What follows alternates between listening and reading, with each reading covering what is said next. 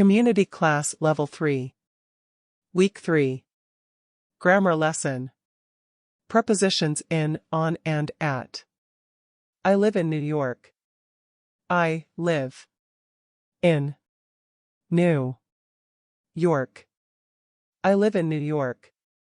I live in Manhattan.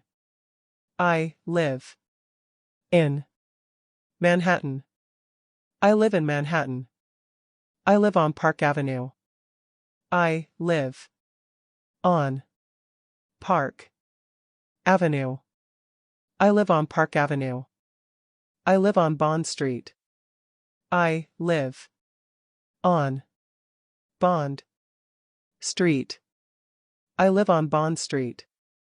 I live at 26 Wimpole Street.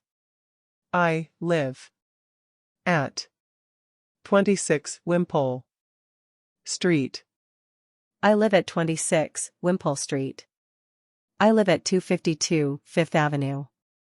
I live at 252 Fifth Avenue. I live at 252 Fifth Avenue. The meeting will be on Monday. The meeting will be on Monday. The meeting will be on Monday. The meeting will be in January. The meeting will be in January. The meeting will be in January. The meeting will be in 2005. The meeting will be in 2005. The meeting will be in 2005. The meeting will be on January 4th. The meeting will be on January 4. The meeting will be on January 4th. The meeting will be on January 4th. The meeting will be on January 4th. The meeting will be on January 4th. The meeting will be on the 4th of January. The meeting will be on the 4th of January. The meeting will be on the 4th of January. Prepositions in, on, and at are essential components of the English language. Understanding how to use them properly is crucial for effective communication. In this blog post, we will explore the different uses of these prepositions, using examples to illustrate their meanings. In general, in is used to refer to an enclosed space, on is used to indicate a surface, and at is used to indicate a specific location or point in time. For example, I live in New York means that the speaker resides within the city limits of New York. Similarly, I live in Manhattan means that the speaker resides within the boundaries of the Manhattan borough.